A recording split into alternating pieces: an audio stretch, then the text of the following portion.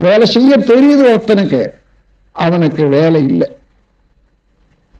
இது எப்படி போக முடியும்? எந்த நாடாகிலும் வேலையில்லா திண்டாட்டத்துல இனிமே போக்க முடியுமா? ஒரு சின்ன உதாரணம் சொல்றேன். இப்ப எல்லா வேலையும் முன்ன இருந்தது போல கையினாலேயே செய்த வேலைகள் எல்லாம் விஞ்ஞான கருவிகள் மூலமாக செய்யற காலம் வந்து விட்டதுனால 100 பேர் செய்யற வேலையை 10 பேரோட முடிஞ்சு போகுது. இந்த 90 பேருக்கு என்ன வேலை? வேலை கொடுக்க முடியாது. உலகம் விரியல, உலக மக்களுடைய தொகை விரிஞ்சுக்கிட்டே போகுது. எங்க போவாங்க? அப்போ என்ன செய்யணும்? இப்போ எந்த நாடானாலும் வேலையை பங்கிடணும், எல்லாருக்கும் வேலை கொடுக்கணும். எல்லாருக்கும் வேலை கிடைச்சு போச்சுன்னா